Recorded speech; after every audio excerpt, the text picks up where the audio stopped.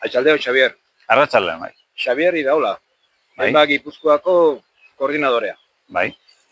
Lehen galdera, lehen sektorea eta landa garapena orokorrean politikan ordezkaturik gaude, edo lehen sektoreak alderdi politikoak eskaintzen dizkioten ordezkari modukoak, hau da, legebiltzarkideak eta abar luze bat, derrigorrezko bidea dira lehen sektorea politikan aritzeko.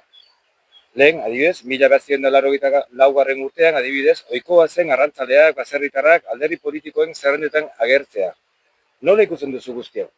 Bueno, gero eta urrutigo, eta nik uste dut, ez dela errue bakarrik alderdi politikoena, baizik eta sektorearena ere bai.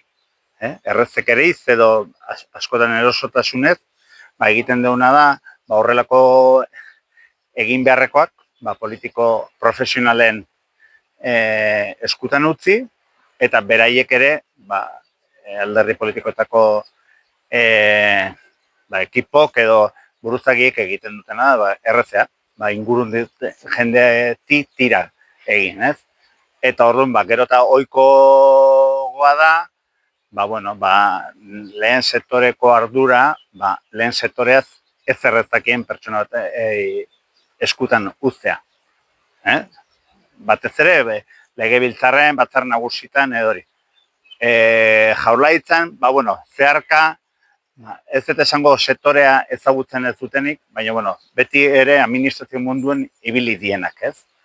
Eta hori, gure ustez, penagarria da. Leheno udaletxetan ere, udaletxe guztietan edo herri guztietan egoten zen baserritako zinegotzi bat, baina ja, alderdi politikok ere aurki bilatu egiten zuten, baserritarren artean norbait ordezkaritza hori asumituko zuna, eta gaur egunen baserritarrek ez die edo ezke hortaz preokupatzen, eta alderdi politikok ere ez.